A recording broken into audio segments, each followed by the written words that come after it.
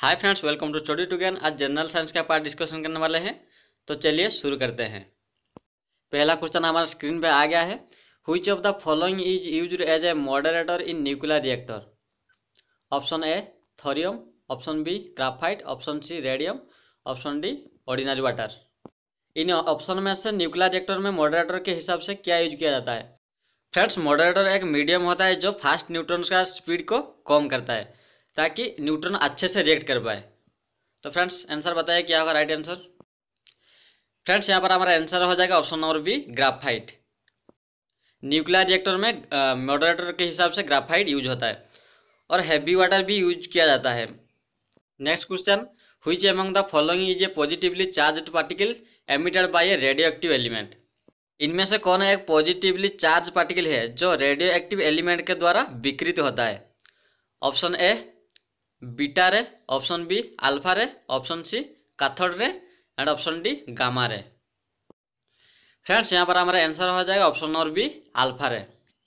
Alpha ray एक positively charge particle है जो कि रेडियो एक्टिव एलिमेंट के द्वारा विकृत होता है एंड बीटा रे एक नेगेटिव रे है and gamma ray is neutral. Alpha particle में 2 न्यूट्रॉन एंड 2 प्रोटॉन होते हैं, इसीलिए ये पॉजिटिव चार्ज है। Next question, atoms are composed of, अणु किससे निर्मित होता है? Option A electrons and protons, option B electrons only, option C protons only, option D electrons and nuclei. Friends यहाँ पर हमारा आंसर हो जाएगा option number D electrons and nuclei, क्योंकि एक atom electron, neutron and proton को लेकर गठित होता है।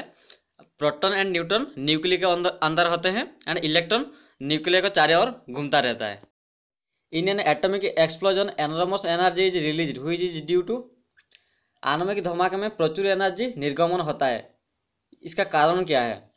Option A conversion of chemical energy into heat energy, option B mechanical energy nuclear energy को कन्वर्ट हो जाता है, ऑप्शन सी मास एनर्जी को कन्वर्ट हो जाता है, या ऑप्शन डी न्यूट्रॉन प्रोटॉन को कन्वर्ट होता है।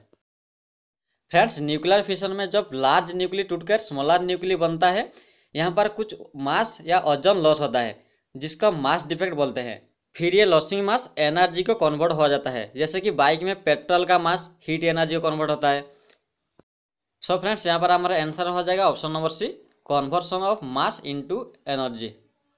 एंड एनर्जी को कैलकुलेट करने के लिए हम आइंस्टाइन थ्योरम E=mc² यूज कर सकते हैं। Next question, isotopes are separated by, isotope को किसके द्वारा अलग किया जाता है? Option A crystallization, option B sublimation, option C distillation and option D filtration. Friends, isotope मतलब कुछ पदार्थ जो सेम एलिमेंट में बनाया होते हैं बट उनका मास नंबर डिफरेंट होता है, और दूसरी तरीके से समझा तो उनका केमिकल प्रॉपर्टी सेम है बट फिजिकल प्रॉपर्टी डिफरेंट है। सो फ्रेंड्स यहाँ पर हमारा आंसर हो जाएगा option number C distillation. Isotopes are separated by distillation. Next question, the wavelength of X rays is of the order of, X rays का तरंग दैर्घ्य कितना होता है? Option A 10 micron, option B 1 angstrom, option C 1 cm and option D 1 metre. Friends यहाँ पर हमारा answer हो जाएगा option number B 1 angstrom. Next question, mesons are found in, mesons कहाँ पे पाए जाते हैं? ऑप्शन ए लेजर बीम में, ऑप्शन बी एक्स रेज में, ऑप्शन सी गामा रेज में, या ऑप्शन डी कॉस्मिक रेज में। मिजन एक सब एटॉमिक पार्टिकल है जो कि रेज में पाए जाते हैं। तो फ्रेंड्स बताइए कौन सी रेज में मिजन पाए जाते हैं? तो यहाँ पर हमारा आंसर हो जाएगा ऑप्शन नंबर डी कॉस्मिक रे। मिजन कॉस्मिक रे में पाए जाते हैं। कॉस्मिक रे एक प्रोटॉन एंड न्यूट्रॉन का हाई एनर्जी रेडिएशन होता है जो कि सोलर सिस्टम के बाहर पैदा होता है। Next question, which radio active pollutant has recently drawn to public due to its occurrence in the building material? कौन सा रेडियो एक्टिव प्रदूषक है जो बिल्डिंग मटेरियल में होता है एंड दुर्घटना के कारण इंसान को विकृत बना देता है? Option A thorium, option B radium, option C plutonium and option D radon.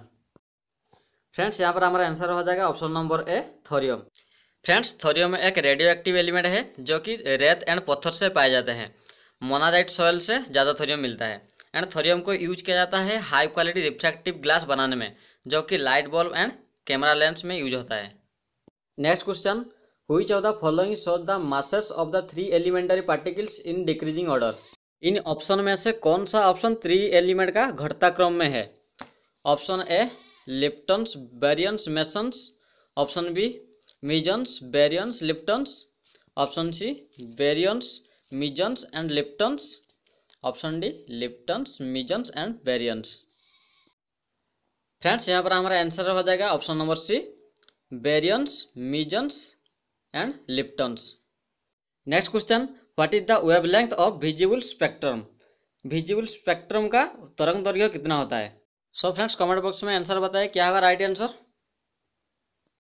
Friends यहाँ पर हमारा आंसर हो जाएगा option number C, visible spectrum का वेवलेंथ 3900 से लेकर 7600 एंगस्ट्रॉम तक होता है। Which of the following has a least penetrating power, मतलब इनमें से किसका पेनिट्रेटिंग पावर सबसे कम है। ऑप्शन देख लेते हैं। Option A all have same penetrating power. Option B beta particles. Option C alpha particles and option D gamma ray. Friends यहाँ पर हमारा आंसर हो जाएगा option number C, alpha particle, क्योंकि अल्फा पार्टिकल में पॉजिटिव चार्ज होता है जो कि न्यूक्लियस से विक्षेपित होता है। Next question, the isotope of uranium capable of sustaining chain reaction is. Uranium का कौन सा आइसोटोप है जो चेन रिएक्शन को संभाल सकता है। ऑप्शन देख लेते हैं। Option A U235, option B U245 and option C U239 and option D U238। So friends यहाँ पर हमारा आंसर हो जाएगा ऑप्शन नंबर ए U235। U235 जो कि फिशन रिएक्शन में बहुत स्लो एंड फास्ट न्यूट्रॉन के साथ इस्तेमाल होता है। सो ये कैपेबल है चेन रिएक्शन के लिए। Next question, the age of most ancient geological formation is estimated by. बहुत पुराना भूवैज्ञानिक गठन का आयु कैसे आकलन किया जाता है और कौन सा मेथड यूज किया जाता है। ऑप्शन देख लेते हैं। ऑप्शन ए राशि method. Option B potassium argon method. Option C C14 method and option D uranium lead method. तो फ्रेंड्स कमेंट बॉक्स में बताइए क्या होगा राइट आंसर। सो फ्रेंड्स यहाँ पर हमारा आंसर हो जाएगा option number D, uranium lead method. इस मेथड को यूज किया जाता है बहुत पुराना भूवैज्ञानिक गठन का आयु जानने के लिए। Question, who suggested the most of the mass of the atom is located in the nucleus. इनमें से कौन सजेस्ट किए थे कि एटम का जो मास होता है वो न्यूक्लियस में होता है। ऑप्शन देख लेते हैं। Option A Thompson, option B Bohr, option C Rutherford and option D Einstein. So friends बताइए क्या होगा राइट आंसर। सो फ्रेंड्स यहाँ पर हमारा आंसर हो जाएगा ऑप्शन नंबर सी, रदरफोर्ड। उसने गोल्ड फॉइल का एक्सपेरिमेंट किए थे जहाँ रदरफोर्ड ने कुछ अल्फा पार्टिकल को गोल्ड फॉइल के माध्यम से पास कर रहे थे। उसने देखा सभी रे पार हो गए बट कुछ रे जो सेंटर से गुजर रहे थे वो फिर से पीछे आ गए। सो उसने निश्चित किया कि सेंटर में मास होता है जो कि रे को पीछे धकेल रहा है। Next question, the dark lines in the solar spectrum are due to. किसकी वजह से सोलर स्पेक्ट्रम में डार्क लाइन होता है। Option A observation of corresponding wavelengths by the outer layer of the sun.